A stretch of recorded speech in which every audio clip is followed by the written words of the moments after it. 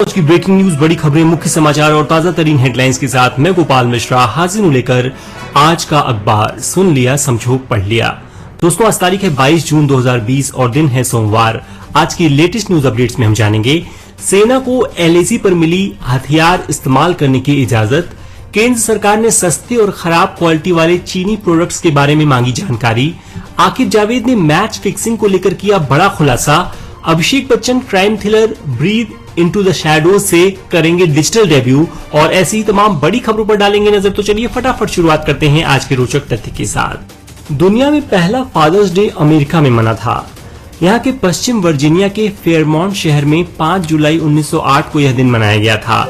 माना जाता है कि सोनोरा डॉड नाम की लड़की के जिद भरी कोशिशों से 1924 में अमेरिकी राष्ट्रपति केल्विन कोली ने देश में फादर्स डे मनाने पर अपनी सहमति दी थी। इसके बाद 1966 में राष्ट्रपति लिंडन जॉनसन ने जून के तीसरे रविवार को फादर्स डे मनाने की आधिकारिक घोषणा की थी। अब सुनते हैं देश दुनिया राजनीति की सभी बड़ी खबरें। गलवान घाटी में चीन की सेना से हिंसक झड़प के बाद सरकार ने सेना का हौसला बढ़ाने के लिए कई कदम उठाए हैं। सेना को 500 करोड़ रुपए तक के हथियार खरीदने के अधिकार दिए गए हैं। इसके अलावा सेना ने नियमों में बदलाव करते हुए लाइन ऑफ एक्चुअल कंट्रोल यानी एलएसी पर असाधारण परिस्थितियों में जवानों को हथियारों के इस्तेमाल की भी इजाजत दे दी है। सेनाओं को धरती, आसमान और समुद्री इलाके में चीन की किसी भी तरह की घुसपैठ को रोकने के लिए सख्त रवैया अख्तियार करने के लिए कहा गया है। इस बीच गलवान में हुई झड़प से जुड़ी एक बड़ी रिपोर्ट सामने आई है। चीन के सैनिकों ने जब भारतीय सेना पर हमला किया था, उस वक्त इन्फेंट्री बटालियन में तैनात भारतीय सेना की घातक प्लाटून वहां पहुंच गई थी। उन सैनिकों ने चीन के सोल्जर्स पर जमकर हमला किया। हमले में चीन के सैनिकों की गर्दन और रीढ़ की हड्डी तक टूट गई। झगड़ा गलवान घाटी के किनारे खड़ी खाई के ठीक पास चल रहा था। यही वजह थी कि जब चीन और भारतीय सैनिकों के बीच खून खराबा हुआ तो कुछ सैनिक जाकर नीचे गलवान नाले में गिर पड़े। आज का अखबार सुन रहे सभी श्रोताओं से मेरा निवेदन है कि रोज की बड़ी खबरों को एड फ्री फॉर्मेट में आप तक पहुंचाने के लिए हमारी टीम काफी मेहनत करती है। इसलिए प्लीज हमारे चैनल को फॉलो करें और नोटिफिकेशंस पाने के लिए बेल आइकन पर टैप कर दें। तो चलिए अब बढ़ते हैं अगली खबर की तरफ। श्रीनगर के जूनीमार इलाके में रविवार सुबह से जारी ऑपरेशन खत्म हो गया। सुरक्षा बलों ने एक मकान में छिपे 3 आतंकवादियों को मार गिराया। 2 की पहचान कर ली गई है जबकि तीसरे की पहचान नहीं हो पाई है। ये सभी आतंकी संगठन हिजबुल मुजाहिदीन और इस्लामिक स्टेट से जुड़े थे। देश में कोरोना संक्रमण के अब तक 4,21,000 से भी अधिक मामले सामने आ चुके हैं। 24 घंटे में 15,413 रिकॉर्ड मामले सामने आए। इस दौरान 306 मरीजों की मौत भी हुई। मौतों का कुल आंकड़ा अब 13,463 हो गया है। भाजपा के राष्ट्रीय अध्यक्ष जेपी नड्डा ने कहा कि पीएम केयर फंड के जरिए देश में जून के आखिर तक 60,000 वेंटिलेटर उपलब्ध होंगे। दिल्ली सरकार राजधानी में 30 जून तक 1,000 एम्बुलेंस तैनात करने की तैयारी में है। सरकार की कोशिश है कि हर निजी अस्पताल में 60% बेड रिजर्व रहें। प्लाज्मा थेरेपी के बाद दिल्ली के स्वास्थ्य मंत्री सत्येंद्र जैन के स्वास्थ्य में सुधार हुआ है। पिछले 24 घंटे में इंडो तिब्बतन बॉर्डर पुलिस के 14 और जवान संक्रमित मिले हैं। महाराष्ट्र में संक्रमितों की संख्या अब 1,28,205 हो गई है। दोस्तों, राज्यों से जुड़ी और भी बड़ी खबरें जानने के लिए कृपया इस ऑडियो के बाद राज्यवार खबरें जरूर सुनें। अब बात करते हैं दुनिया की। दुनिया में कोरोना वायरस से अब तक 4,67,650 लोगों की मौत हो चुकी है। संक्रमितों का आंकड़ा 89,64,740 हो गया है। अब तक 47,70,391 लोग स्वस्थ हुए हैं। सऊदी अरब में रविवार से कर्फ्यू हटा दिया गया। अमेरिका के मशहूर comedian DL Hughley corona positive पाए गए हैं। स्पेन में रविवार से विदेशी पर्यटकों के आने पर लगा प्रतिबंध हटा लिया गया। अब यहां यूरोपियन यूनियन और ब्रिटेन के पर्यटकों को आने की इजाजत दी जाएगी। बीजिंग में संक्रमण के मामले बढ़ते नजर आ रहे हैं। यहां शनिवार को 22 नए मामले सामने आए। ब्राजील में 24 घंटे के दौरान 1,000 से ज्यादा लोगों की मौत हुई।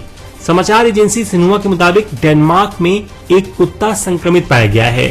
फ्रांस में 24 घंटे में 600 से भी अधिक मामले दर्ज किए गए हैं।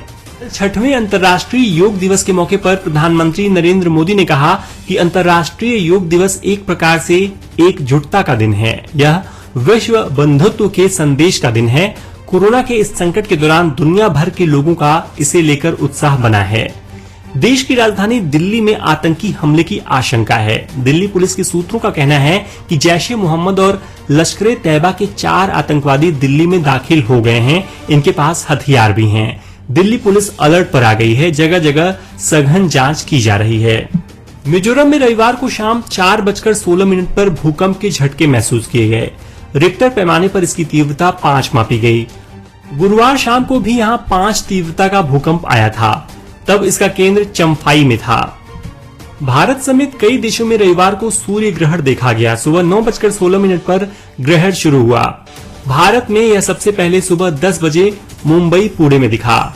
दिल्ली, राजस्थान, जम्मू और गुजरात समेत देश के कई हिस्सों में ग्रहण देखा गया। पड़ोसी देशों पाकिस्तान और नेपाल में भी ग्रहण देखा गया। अन्य देशों में ग्रहण पूरी तरह 3:04 पर खत्म हुआ। कई जगहों पर खंड ग्रास यानी आंशिक सूर्य ग्रहण दिखाई दिया। अब सुनते हैं बिजनेस वर्ल्ड की लेटेस्ट न्यूज। आने वाले दिनों में सभी सुविधाओं से युक्त प्लॉट खरीदने पर आपको वस्तु एवं सेवा कर यानी जीएसटी देना पड़ सकता है। दरअसल एडवांस रूलिंग अथॉरिटी की गुजरात बेंच ने कहा है कि बिजली, पानी की पाइपलाइन और जल निकासी की सुविधाओं वाली जमीन पर प्लॉट की बिक्री पर जीएसटी देना होगा। ऐसे में डेवलपर इस टैक्स को आपसे वसूल सकते हैं। महामारी के कारण लोग पब्लिक ट्रांसपोर्ट इस्तेमाल करने से कतरा रहे हैं और अब उनका रुझान इलेक्ट्रिक 2 व्हीलर्स की ओर बढ़ रहा है। जापानी इलेक्ट्रिक वाहन निर्माता कंपनी ओकिनावा ने बताया कि लॉकडाउन में ढील मिलने के बाद शोरूम खुलने के 1 महीने के भीतर ही उसने 1000 से अधिक स्कूटर बेच दिए। ओकिनावा भारत में इलेक्ट्रिक स्कूटर की बिक्री के मामले में नंबर 1 है। अमेरिका की प्रमुख जनरल इंटरस्टेट पत्रिका टाउन एंड कंट्री ने अपने ग्रीष्म अंक में नीता अंबानी और रिलायंस फाउंडेशन को 2020 के टॉप फिलैंथ्रोपिस्ट्स की सूची में शामिल किया है। उन्हें यह सम्मान कोरोना वायरस महामारी की रोकथाम से जुड़े कार्यों में मदद करने के लिए दिया गया है। केंद्र सरकार ने इंडस्ट्री से सस्ते और खराब क्वालिटी वाले चीनी प्रोडक्ट्स के बारे में जानकारी मांगी है ताकि इनके आयात पर रोक लगाई जा सके और घरेलू उत्पादन बढ़ाया जा सके। न्यूज एजेंसी पीटीआई ने सूत्रों के हवाले से बताया कि इंडस्ट्री जल्द ही सुझाव तैयार कर केंद्र को भेजेगी। अब सुनते हैं खेल जगत के मुख्य समाचार। आईसीसी की एलीट पैनल में शामिल रहे वेस्टइंडीज के अंपायर स्टीव बकनर ने माना है कि उन्होंने 2 मौकों पर सचिन तेंदुलकर को गलत आउट दिया था। उन्हें आज भी अपने इन फैसलों का अफसोस है। बकनर ने अपने रिटायरमेंट के 11 साल बाद बारबाडोस के एक रेडियो प्रोग्राम में इस बात की जानकारी दी। पाकिस्तान के पूर्व क्रिकेटर आकिब जावेद ने मैच फिक्सिंग को लेकर बड़ा खुलासा किया है। उन्होंने पूर्व क्रिकेटर सलीम परवेज पर आरोप लगाते हुए कहा कि यही वो खिलाड़ी है जो टीम को मैच फिक्सिंग के दलदल में फंसाता था। कल 6वां अंतर्राष्ट्रीय योग दिवस मनाया गया। इस मौके पर क्रिकेटर वीरेंद्र सहवाग, हरभजन सिंह, वीवीएस लक्ष्मण, मोहम्मद कैफ और table tennis player Monika Batra समेत खेल जगत की कई हस्तियों ने योग किया। सभी ने अपने वीडियो और फोटो सोशल मीडिया पर शेयर किए। सहवाग ने ट्वीट किया, थोड़ा वक्त भले लगेगा लेकिन योगा से ही होगा। दोस्तों, आगे बढ़ने से पहले आपसे एक छोटी सी रिक्वेस्ट करना चाहूंगा कि आज का अखबार एक distraction free informative news show है, इसलिए प्लीज इसे अपने व्हाट्सएप ग्रुप्स में जरूर शेयर करें और हमें अधिक से अधिक लोगों तक पहुंचने में मदद करें। तो चलिए अब सुनते हैं मनोरंजन जगत की कुछ बड़ी खबरें। नेपोटिज्म के मुद्दे पर सोनम कपूर, सोनाक्षी सिन्हा और अनन्या पांडे समेत कई एक्ट्रेसेस को लगातार आलोचना झेलनी पड़ रही है।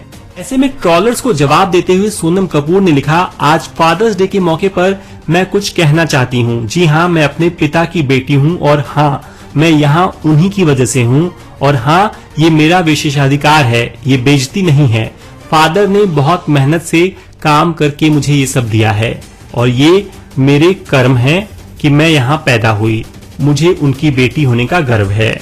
अभिषेक बच्चन जल्द ही crime thriller breathe into the shadows series में अपना डिजिटल डेब्यू करने जा रहे हैं। हाल ही में रिलीज हुए अभिषेक के फर्स्ट लुक के बाद अब अमेजन प्राइम द्वारा इसका टीजर भी रिलीज कर दिया गया है। इसे देखकर अंदाजा लगाया जा सकता है कि सीरीज में अभिषेक की बेटी सिया के गुमशुदा होने की कहानी दिखाई जाएगी।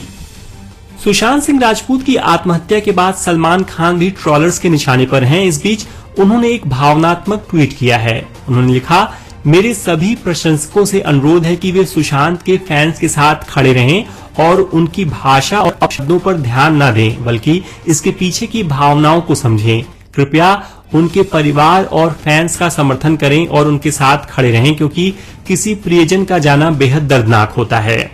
और अब आज की रोचक खबर। राजस्थान के श्री गंगानगर जिले में एक रोचक मामला सामने आया है। यहाँ एक दूल्हा शादी के लिए बारात लेकर रवाना हो गया। शादी के बाद दुल्हन को लेकर आते समय बीच रास्ते में पुलिस ने उसे रोक लिया और रिश्तेदारों को भी पकड़ लिया, क्योंकि शादी बिना प्रशासन की अनुमति के की जा रही थी।